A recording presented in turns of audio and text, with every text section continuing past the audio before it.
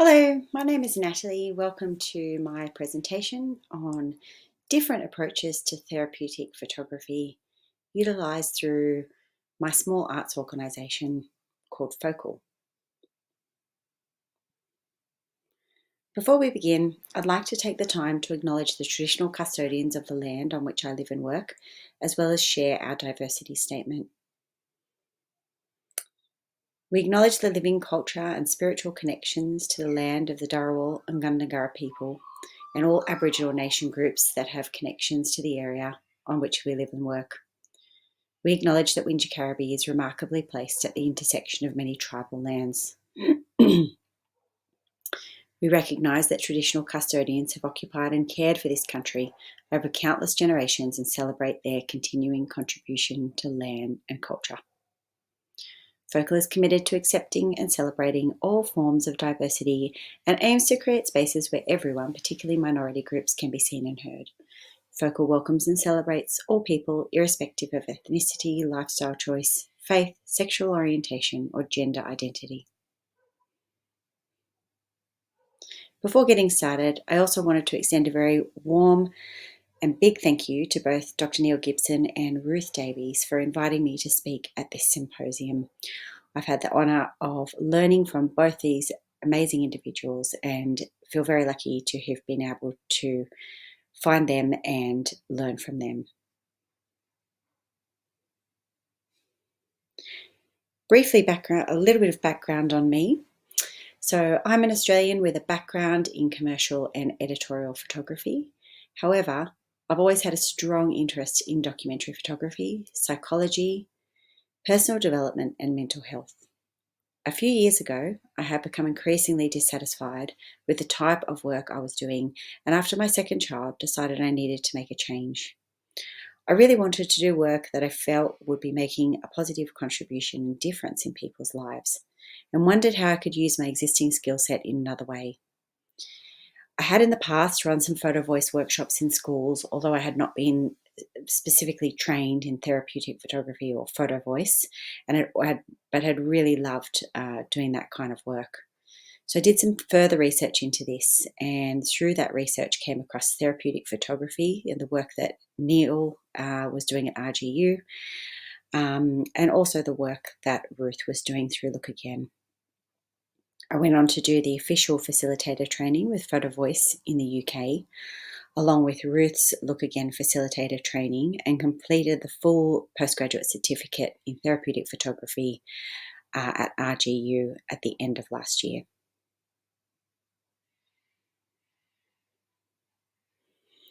Out of all this training, I saw so many possibilities and applications for these different approaches. I found that as I began to talk to different types of organisations and community groups, there was also a huge interest in the work and the approaches. I decided to set up my own small arts organisation that could offer all these different approaches, rolled in with my existing photography knowledge. Focal was born, the name being a combination of focus, a nod towards photography, and folk, leaning towards community, diversity, and being inclusive of all people or all folk.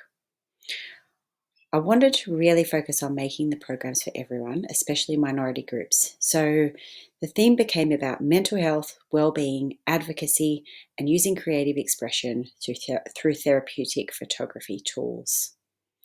In this presentation, I wanted to give an overview of 3 programs I have run since starting Focal back in 2022 that show the different and varied applications of therapeutic photography. This slide just shows the homepage of my website where, if you're interested, you can go and have a look and find more details about the work. So this first example is called Voices from the Pandemic, A Young Person's Perspective. This project was funded through the New South Wales Government in response to the COVID-19 pandemic. Headspace Wollongong, which is the Australian National Youth Mental Health Organisation, wanted to deliver a therapeutic photography program for young people in the region. Focal was contracted to design and deliver a program that incorporated therapeutic, mindful, and participatory photography techniques for clients of the space. The overarching aim of the program was to give young people from identified risk groups an opportunity to learn new skills in photography, and through these skills express how they had been personally affected by the COVID-19 pandemic. The program was delivered for a small group of young people, 18 to 25 years old, from diverse backgrounds over a period of 9 weeks, and it combined lessons in visual literacy, introductory photography skills, therapeutic photography, photo voice methods, and some mindful photography techniques. The participants were given the opportunity to explore themselves, their relationships, and society in a new creative way, using the skills they had recently learned in the program. Strong connections between participants were made throughout the program, and afterward there was a public exhibition held in the region, and a zine was also created by the young people that showed their work, their photography, their writing, and also some additional artwork they created around the photographs. As you can see on the screen here, this slide shows a couple of examples of their work and also outlines the techniques and the key objectives. I'm just going to go forward though and show you a little clip from a video that was created after the program, in which some of the participants give some feedback on their experience. So I think I've come out of this program with a kind of new love and appreciation for photography. I think before it was just something that I would just take photos and not really think too much about them. But now I'm kind of thinking about deeper meanings in photos that I take and photos that I see. And also I'm more aware of lighting and composition and just implementing certain themes into photographs that I'm taking. This program was very helpful. It allowed me to connect to the community around me. And as someone who's moved here only a few years ago, during quarantine and lockdown, I was unable to make these connections. This program was also very helpful in giving me another outlet to express myself and let myself be heard through visual mediums such as photography. I think using photography is a really helpful way for me and for a lot of young people, especially because it's always accessible. If inspiration strikes at any point, I think it's really, really cool that we can just take that and use our cameras to create something really cool to express how we're feeling in the moment. Being involved in this program has impacted me in a very positive manner. I would like to say that I quite enjoyed being around the people who were also in the program. It was fun. It allowed me to feel a bit more confident in myself and in expressing my thoughts and opinions. It also gave me something quite fun to do and made me feel connected to my community and my peers.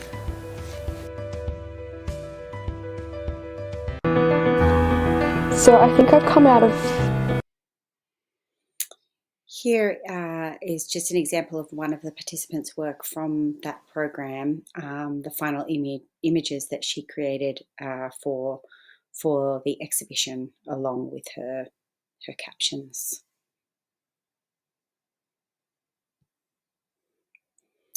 The second project I wanted to highlight was run for an organisation called Pop-In that supports women experiencing domestic abuse.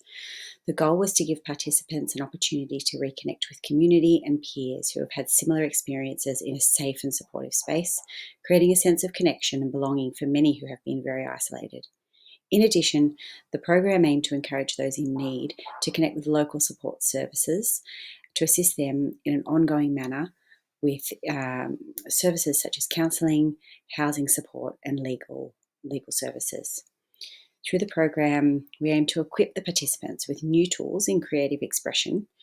They could continue to use these beyond the program to support their overall mental health and well-being, as well as really, I think one of the real highlights with this program was the strong connections that were made between the participants through their shared experiences. And I know that many of those relationships have continued afterward.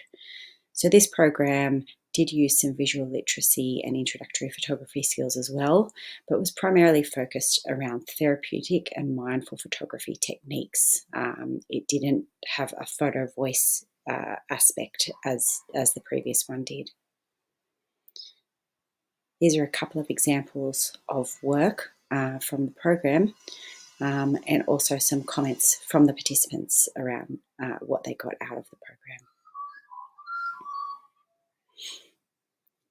The final one I just wanted to share with you is the project called We Speak. This was an advocacy campaign for transgender youth and their allies.